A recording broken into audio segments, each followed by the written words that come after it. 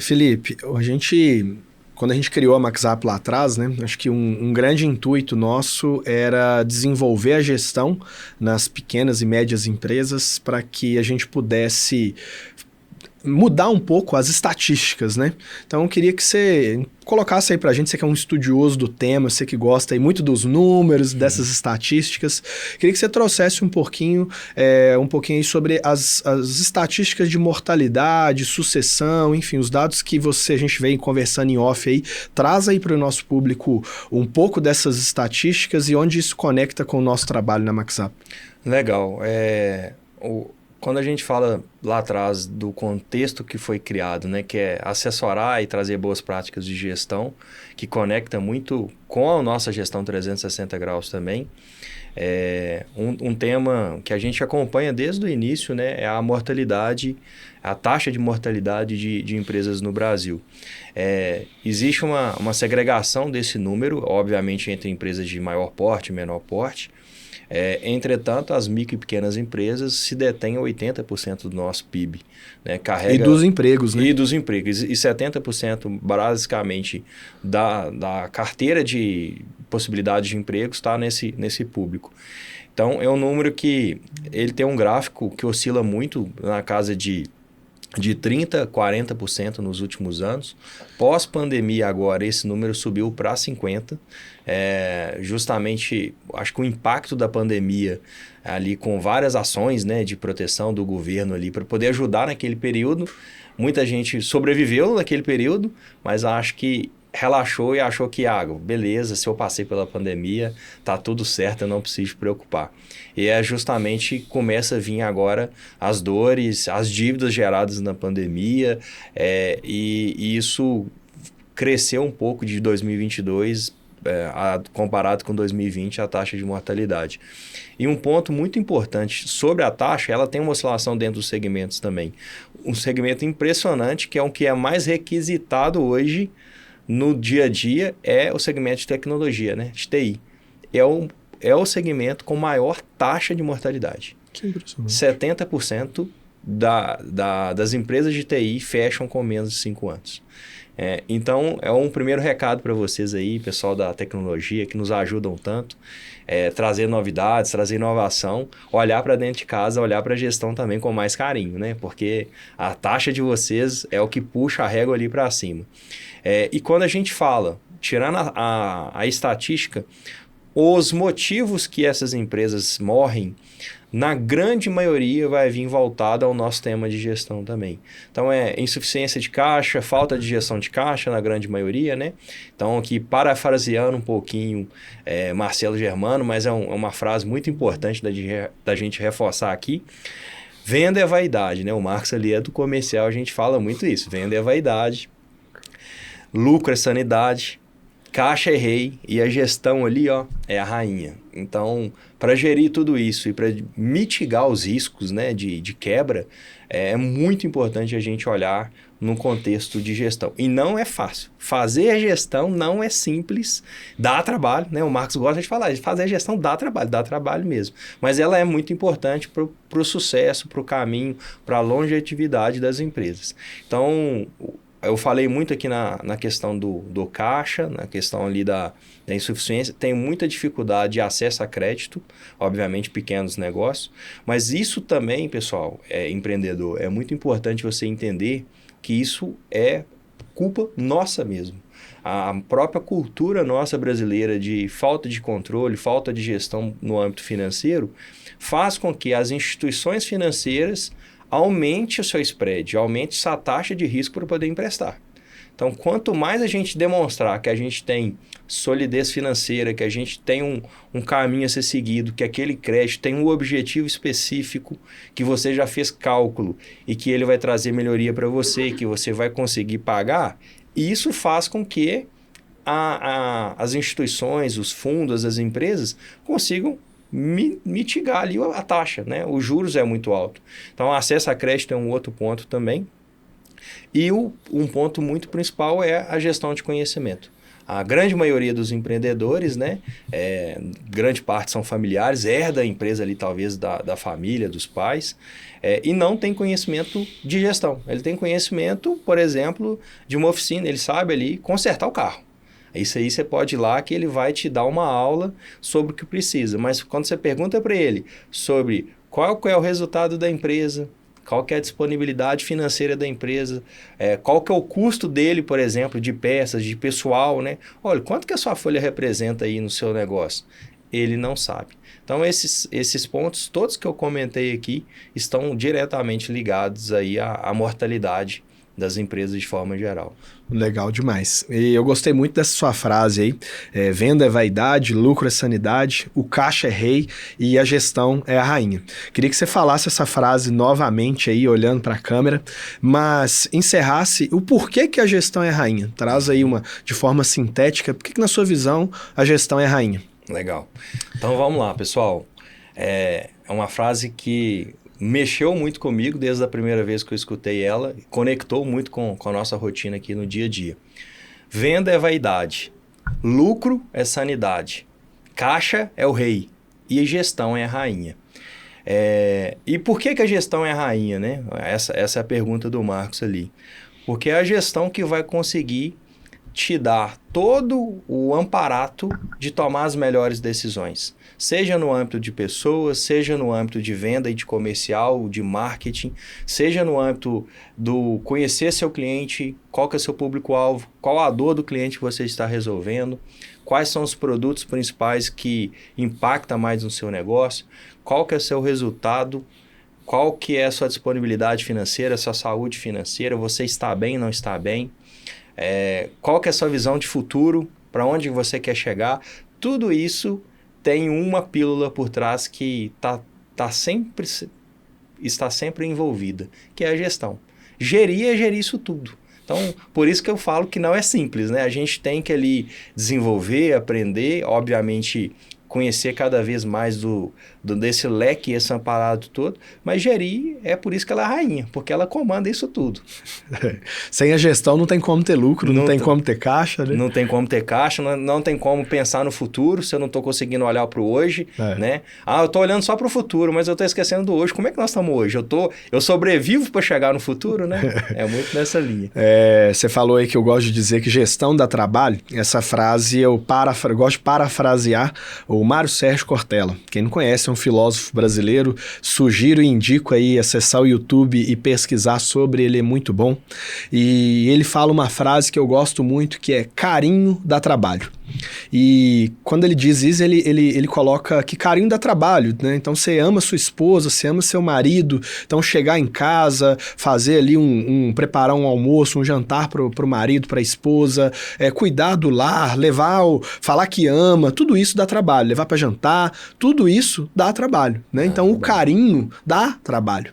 E a gestão não é diferente. Exatamente. Eu costumo brincar que gerir o dia a dia dá muito trabalho. A gente precisa saber disso desde o início, porque muitas vezes a pessoa monta uma empresa lá, muitas empresas que hoje são muito grandes, que a gente atende, que são clientes nossos, você vai ver a história, a pessoa montou a empresa só ela, sozinha lá no quintal de casa, na cozinha de casa, na garagem de casa.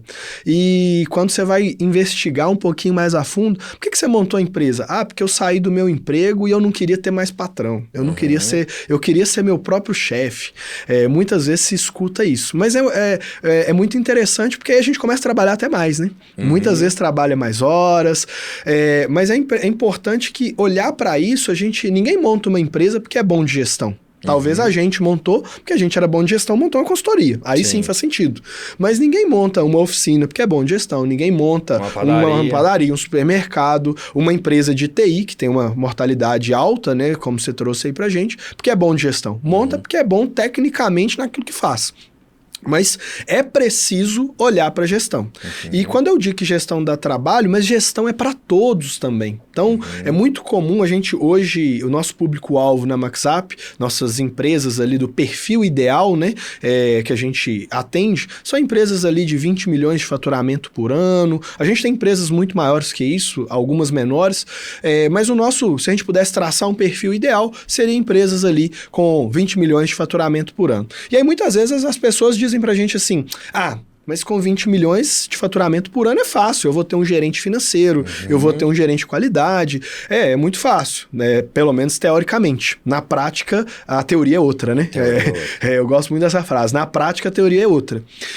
Mas eu gosto muito de outros exemplos. A gente tem uma outra empresa no grupo, que é a Power Gestão, que o foco dela já é outro público. São empresas ali com 70 mil de faturamento por mês, 80. Então são pequenas padarias, pequenos varejos. E a gente tem uma empresa, uma cliente que a gente atende, que ela para mim, é um exemplo, um case de que gestão dá trabalho, mas também dá resultado. A gente começou atendendo essa empresa no interior de Minas Gerais, uma cidade de 7 mil habitantes, tá? É uma pequena padaria numa cidade de 7 mil habitantes, pessoal. E essa padaria faturava, no primeiro mês que a gente estava lá, ela faturou 38 mil reais. Ela já existia, obviamente, então ela faturou, era um faturamento médio que ela tinha. E a gente começou a trabalhar com essa empreendedora, uma mulher dedicada, guerreira e muito engajada. Ela queria mudar a realidade da vida dela. Então, ela assumiu que gestão dava trabalho, mas também dava dinheiro e começou a fazer o dever de casa. Olhar para equipe, olhar para metas, olhar para indicador, traçar objetivos, olhar para a experiência do cliente. Então, ela começou a mudar o layout da padaria, muito em função das nossas dicas e nosso aconselhamento ali na consultoria. Essa empreendedora, ela não conseguia tirar mais que 2 mil reais por mês, isso há 3, 4 anos atrás da empresa. Então, assim, ela vivia com o mínimo, faturando 38 mil reais, com uma condição de vida muito ruim. E hoje é uma empreendedora que no último mês faturou 98 mil reais. Tá? Então, 3 anos depois, ela faturou 98 mil reais e hoje ela tem um prolabore médio de 8.500 reais. Então, 8.500 reais por mês é o salário dela e no ano passado foi distribuído 40 mil reais de lucro para essa empreendedora. Então, assim, faça uma proporção. Ver o quanto que essa empresa, essa pequena empresa, teve de resultado ao longo dos anos e o quanto que você, no seu dia a dia, às vezes com faturamento de 1 milhão por mês, 2 milhões por mês, não tem feito por uma série de desculpas. Então, assuma que gestão dá trabalho, mas que também dá dinheiro e coloque metas para que você possa atingir esses resultados, tanto quanto essa empreendedora que é exemplo para a gente aqui. Muito legal quando você conta a história, porque ao mesmo tempo que ela quase fez 3 vezes aí, né, o crescimento de faturamento, mas ela fez mais que 4 seu salário, o seu prolabore, sua retirada ali. Então, é muito importante a gente deixar claro que dá trabalho, gestão dá trabalho, principalmente, na minha opinião, porque tira a gente da zona de conforto. Eu acho que esse é o principal ponto. É como se fosse fazer uma dieta, como se fosse mudar alguma rotina. Vai dar trabalho, vai tirar você daquela rotina que você está acostumado. Mas é engraçado que dá resultado, né? Dá dinheiro, dá resultado. Gestão dá resultado também. Então, esse é um ponto muito importante de trazer nisso aí. E conectando isso aí com uma indagação que eu gostaria de fazer, começar também a visão de futuro, né? Esse é um ponto muito principal, assim, de discussão, porque quando a empresa está nos primórdios ali, no âmbito no qual a gente classifica como a maturidade muito baixa de gestão, tem pouco conhecimento dos seus números, né? Não tem ali o racional de resultado, de tomada de decisão. Muitas vezes umas perguntas básicas assim, olha, a empresa tem dívida? Às vezes a pessoa sabe que tem, mas não sabe o quanto que deve. A gente trabalha muito no dia a dia implantando essa rotina, né, financeira que permite uma qualidade dos números melhor e começa a direcionar o plano de ação e as melhorias ali. Então, trazendo para a realidade desse momento, um segundo ponto importante é a gente começar a olhar para o futuro, né? Onde que você quer chegar? Você empreendedor. Reflita sobre essa pergunta. Onde você quer chegar? onde a sua empresa quer estar daqui 2, 3, 5 anos. Isso é muito importante, porque vai conectar não só a um alvo, a um objetivo ali, mas várias ações que você precisa de começar hoje a mudar para poder chegar nesse alvo. Isso é muito importante de ficar claro para as pessoas que depois que se tem um alvo, como se fosse, por exemplo, decidir uma cidade que você vai visitar nas suas férias, não é uma linha reta, né? Então, você vai programar, você vai planejar... Quer ir lá para o Rio de Janeiro. Vai lá para o Rio de Janeiro, mas, beleza. Então, esse é o alvo, né? Esse exemplo de viagem ele é muito importante. Então, nós vamos para o Rio. Quando que nós vamos, né? O primeiro ponto. 2, nós vamos de qual meio de transporte? Nós vamos de carro, de ônibus, de avião. Onde nós vamos ficar lá? Nós vamos alugar uma casa, um apartamento, vamos ficar no hotel, qual região que nós vamos ficar, quais pontos turísticos nós vamos visitar, quanto tempo vai durar a viagem, se tiver algum impeditivo lá, por exemplo, no Rio, né, eu vou visitar o Cristo Redentor, mas está chovendo no dia, não ficou legal. Qual o plano de ação, qual que é o plano B? Então, quando você traz esse contexto de viagem para o âmbito estratégico, é basicamente essa lógica. Então, a gente tem um alvo e começa a trabalhar ali nos planejamentos, nas ações. Ainda nesse sentido, depois de tudo isso refletido, pôr a mão na massa e começar a executar. Que também terá surpresas, né? Por mais que você planeja, que você gaste tempo ali amolando o facão, na hora que você vai executar, acontecem novidades, acontecem mudanças que você também precisa de ajustar. E aí é um trabalho muito importante de você acompanhar essa rotina. Como esse exemplo, né, é magnífico aí dessa empresa, tem um cliente nosso, né, que a gente acompanha há bastante tempo também, que vem num crescimento, vem olhando bastante para o futuro, e a gente teve uma vez uma indagação com ele, que foi perguntar, qual que é o objetivo da empresa? Onde você quer chegar? Eu falei, não, eu tenho aqui, eu tenho onde que a gente quer chegar, quais são meus principais objetivos e tudo. Eu falei, que legal, deixa eu dar uma olhada. Aí ele levantou como se fosse um livro assim e pegou um pedaço de papel. Eu falei, já tá muito bom, porque a maioria não tem nem isso, né? Aí eu falei, legal, mas aqui sua empresa tem quantas pessoas? 75. Eu falei, pois é, então quem que sabe desse plano seu? É só eu. Falei, pois é, então se você não compartilhar e não levar isso para o seu time também, né, no dia a dia, você não vai conseguir chegar lá. Porque você precisa compartilhar com quem está com você no dia a dia. A pessoa entrou dentro do avião e não sabe nem para onde está indo. Não está indo. Então, assim, ele já está um passo à frente, tá, pessoal? Porque muita gente não tem isso. Nem que seja no pedaço de papel. Mas, no caso dele, qual que é o próximo passo? Né? Um trabalho que a gente fez, que é, obviamente, organizar isso, né? Tirar isso do papel, discutir com os principais líderes dele, escutar um pouco o time, né? Das dificuldades do dia a dia, para traçar essa rota. Para onde que nós vamos agora?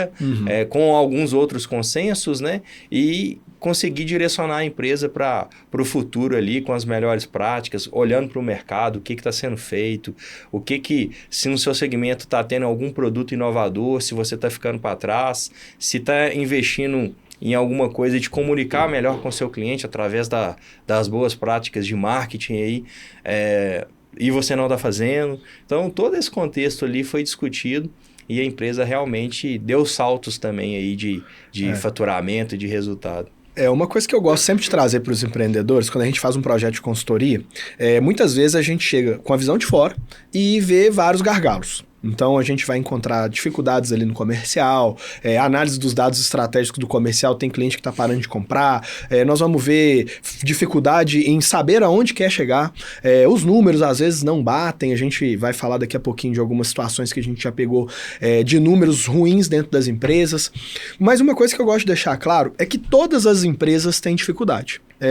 E assim, se a gente chegar na Apple hoje, vai ter dificuldade. Se a gente chegar no Itaú, que é uma das maiores empresas do Brasil, vai ter dificuldade. Se chegar na própria MaxUp, vai ter dificuldade. Gerir as dificuldades, né? Transformar essas dificuldades em oportunidades. E quando a gente começa a enxergar dessa maneira, a ver dessa maneira, é muito comum a gente pensar que a gente olhar para alguns empreendedores no dia a dia e falar assim, nossa, a minha empresa tá tudo errado. Não, calma. E aí quando eu começo a ter, como você disse, um plano de ação, eu quero chegar no Rio de Janeiro, né? Esse é o meu objetivo. E aí eu começo a criar meu plano de ação. Quando eu sei das minhas dificuldades, das minhas dores, eu começo a criar pequenos planos de ação.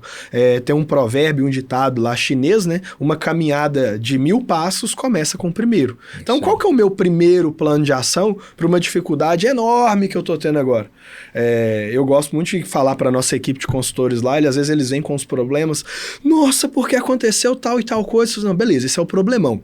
Vamos quebrar em pequenos probleminhas? Que aí a gente vai atacar esse, opa, matei esse. Vamos atacar o outro, opa, matou o outro. Então, às vezes a gente olhar, às vezes a gente tá com uma batata quente enorme na mão, será que eu consigo diminuir ela de alguma maneira? Então, às vezes de olhar para o todo, para aquele problema muito grande, começa a pensar em pequenos planos de ação que em algum momento vão atingir e resolver esse problema macro, né? Macro.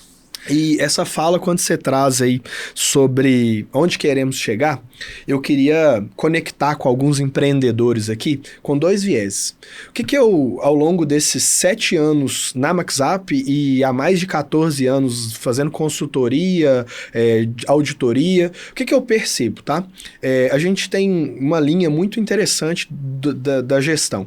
A maioria das empresas, dessas pequenas empresas e médias que nós estamos falando aqui, 30 milhões de faturamento por ano, 70 milhões de faturamento por ano, elas nasceram de uma pessoa, um sonho, um objetivo, com 3, 4 funcionários no início, e hoje o negócio está muito maior. E aí eu percebo 2 caminhos. O primeiro caminho é uma questão de humildade. Muitos empreendedores, às vezes, começam a ganhar dinheiro, o negócio começa a ir bem, e aí eu começo a perder um pouco da minha humildade. Então eu começo a falar assim, isso eu não faço mais. Atender o cliente lá no balcão, eu não faço mais. E a gente precisa entender que nós somos pessoas. E a gente tem que entender que sim, a gente tem o nosso ego, faz parte do jogo. Mas eu tenho que deixar sempre a minha humildade. E aqui eu queria deixar uma carta que eu li esses dias, que foi do Guilherme Benchimol, fundador da XP Investimentos, quando eles venderam parte da operação por Itaú. Citei o Itaú aqui.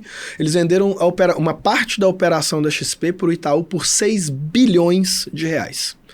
E a XP, para crescer, a empresa de serviços de modo geral, assim como a gente está trazendo novos sócios, as empresas de serviço de modo geral, é muito interessante um programa que chama de partnership, né? Que você traz os seus principais colaboradores para sócios e para que eles possam compartilhar ali das estratégias e também do crescimento do negócio. Então, e ganhar sobre o equity, né? Sobre o valor da empresa.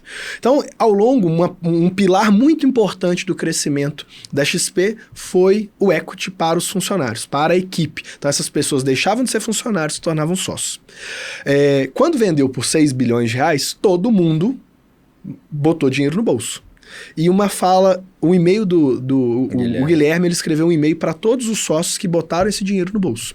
Ele falou, a primeira coisa que eu digo para vocês é mantenham a humildade. Nós não deixamos de ser quem nós somos, nós não precisamos deixar de ter os amigos que a gente tem, mantenham a humildade. Aplique esse dinheiro por uma aplicação fixa de 12 meses, não mexa nele por 12 meses, até para você se conhecer e entender. Bom, agora eu tenho liquidez, eu tenho dinheiro no banco, e o que eu vou fazer agora?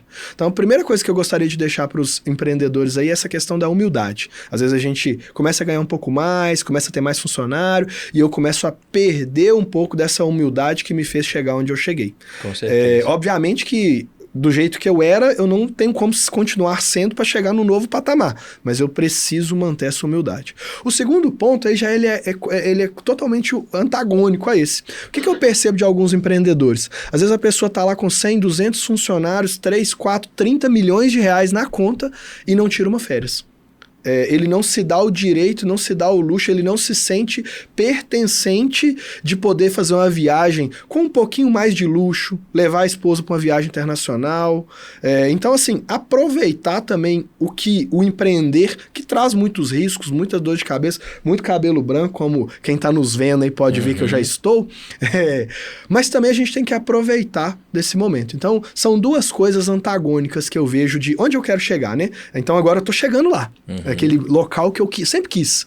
Um é manter a humildade e dois, aproveitar o momento também, né? Com certeza. Então, usufruir dos benefícios que empreender pode nos trazer nesse período.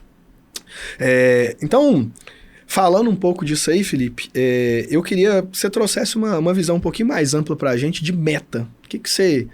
Quando você olha para as empresas que você atende, já atendeu, hoje para a MaxUp, para o grupo da MaxUp, quando a gente fala de meta, o que é que você tem na sua visão? Gerir é atingir metas, né? Se a gente for olhar para isso, o papel final, né, da gestão, no final do dia, é atingir metas, é cumprir os alvos, os objetivos traçados ali.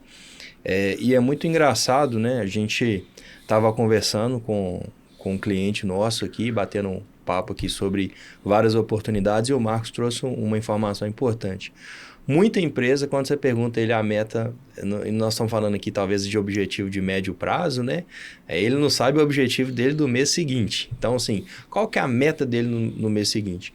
Então, eu vejo muita dificuldade dos empreendedores, primeiro, de ter metas, de atribuir metas, e dois, também de conseguir transmitir essas metas para a equipe. Justamente por alguns pilares. O primeiro deles muitas vezes, no nosso dia a dia, de clientes, de trocas, a gente aprende muito com vocês, empreendedores, fazendo trocas, entendendo os desafios de vocês.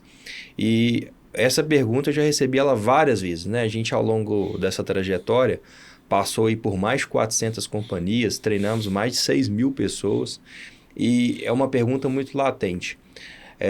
Felipe, nós vamos atribuir metas aqui? Falei, vamos atribuir metas, né?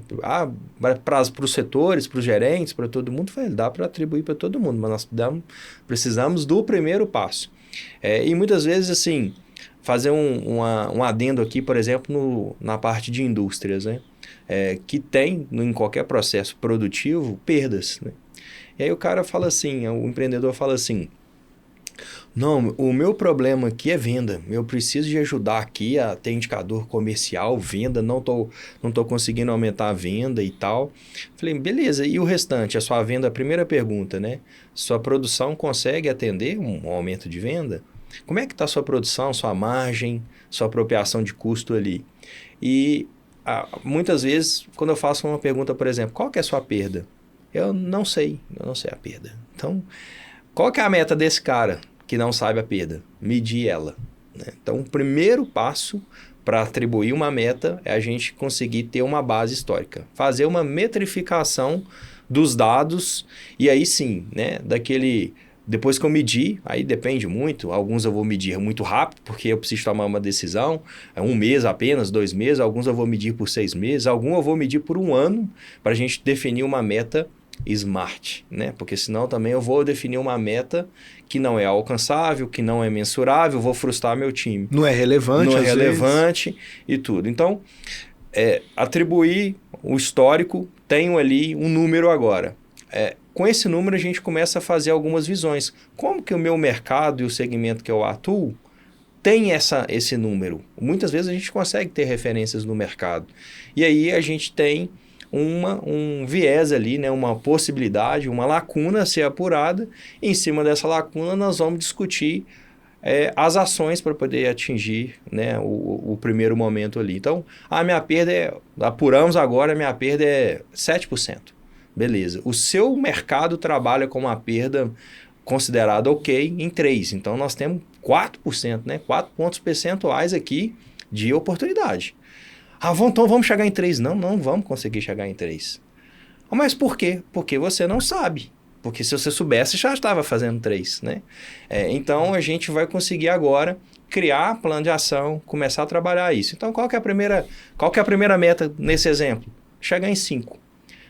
Se a gente chega em 5, a gente consegue melhorar a rentabilidade, colocar mais dinheiro no seu bolso, a empresa consegue aumentar sua disponibilidade de investimento de várias formas. Ok. E aí vem uma parte muito importante da atribuição de meta, né? Que é a comunicação com o time, com os líderes, com os envolvidos e principalmente com o plano de ação. Muita gente, entendi. Então, esse exemplo mesmo de uma indústria de 100 e poucas pessoas, né, envolvida, na produção tinha diretamente 50 mas então vamos fazer o plano de ação aqui agora. Eu falei, não, nós não vamos fazer o plano de ação aqui agora. Mas se a gente já tem agora um gap tão grande, eu falei, pois é, esse é um outro erro do plano de ação, você elaborar ele sozinho. Se você não sabia o número e não tinha conhecimento para estar com ele melhor, como é que você sozinho vai conseguir melhorar o número? Então, o que nós vamos fazer? Nós vamos escutar a equipe agora. Nós vamos conversar com a equipe, vamos entender quais as dificuldades deles e vamos montar um plano de ação em conjunto.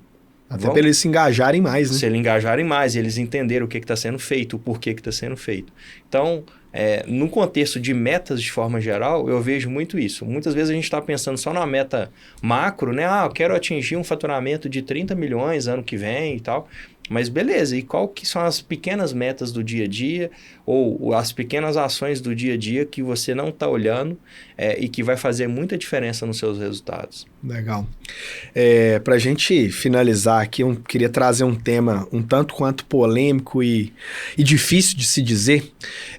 A gente nasceu e cresceu muito com um viés muito financeiro, né? Nossa consultoria, a gente atende processo, gestão estratégica, mas a gente é muito numérico. Uhum. E a gente entende, modéstia à parte, a gente entende muito, como eu vim de auditoria, você sempre teve um viés muito financeiro, o Igor também contador, nós três como sócios sempre entendemos e gostamos muito da rotina operacional administrativo-financeira, né? E, infelizmente, nesse tema polêmico, a gente acabou pegando esse ano, eu estava fazendo uma conta por alto, pelo menos 7 fraudes dentro de clientes nossos. Fraudes de roubos, de desvio de mercadoria, de desvio de dinheiro mesmo. Então, eu queria que você, para a gente finalizar aqui, eu queria que você deixasse...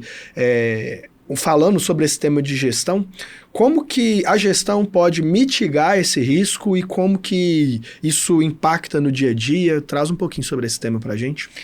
Infelizmente, né, por um lado, quando a gente olha para o âmbito de valores, é ruim, né? Quando a gente se depara com os casos aí de fraude. Mas ele é real, não é só desse ano, né? A gente já teve outros aí na nossa trajetória de identificar ali desvios de certa forma. Toda vez que a gente identifica uma possibilidade, a torcida aqui para que seja um equívoco e apenas um erro de processo, mas sim, existe essas dificuldades e a realidade é que elas ocorrem, né? Então, nesse contexto, principalmente no âmbito de mitigar e prevenir fraudes ali, o contexto principal é olhar para os números, primeiro a confiabilidade deles. Não? Então, fazer um cheque básico, né, entre conta, banco e software que você usa. Pode ser qualquer tipo de ERP, pode ser sua planilha de Excel, mas se os lançamentos estão condizentes à movimentação financeira bancária. Esse é a primeira dica, muito importante. A conciliação bancária do dia a dia.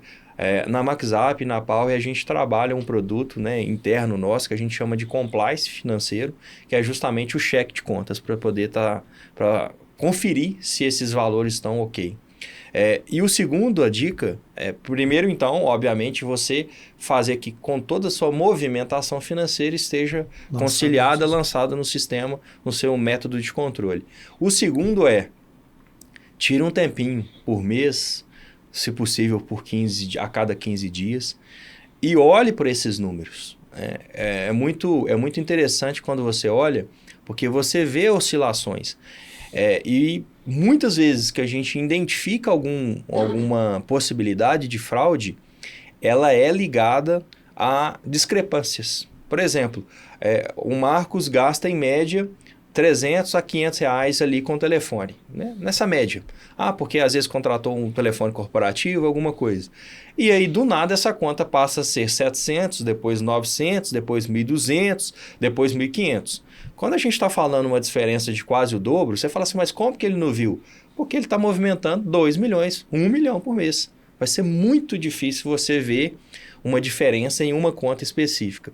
Mas quando você tem e cria essa cultura de olhar para os seus números, olhar para eles com carinho, tirar extrato de conta, extrato de lançamentos, principalmente com a apropriação financeira do plano de contas, você consegue enxergar essas discrepâncias. E aí, se tiver algo que não esteja em conforme ou que você não tenha conhecimento, você vai acabar enxergando isso. Bacana demais. Pessoal, nosso tema, né, é o poder da gestão para o crescimento dos negócios. Hoje tive a honra aqui de um bate-papo com o nosso CEO e meu amigo, Felipe Henrique. Se você quer desenvolver a sua empresa, ter resultados que acreditava serem impossíveis, você tem que se conectar e criar um ambiente no qual você convive com pessoas que estão aonde você quer chegar ou que passaram pelas dificuldades que você está passando agora. Então, por isso, eu deixo o convite para você. Nós vamos fazer um evento no dia 8 e 9 de novembro desse ano, falando sobre o poder da gestão para o crescimento dos negócios. Nós vamos ter lá CEO da Embraer, o atual controller da Emiv, uma empresa de segurança, empresas e diretores e CEOs de grandes empresas brasileiras que vão estar lá compartilhando com a gente as suas experiências, como eles chegaram lá, quais as dificuldades de hoje desse pessoal e, principalmente, nós vamos ter outros clientes da MaxUp, no qual você vai poder tomar um café, perguntar e entender como você pode mudar a realidade da sua empresa. Então, siga nossas redes sociais e nos aguarde para os próximos podcasts.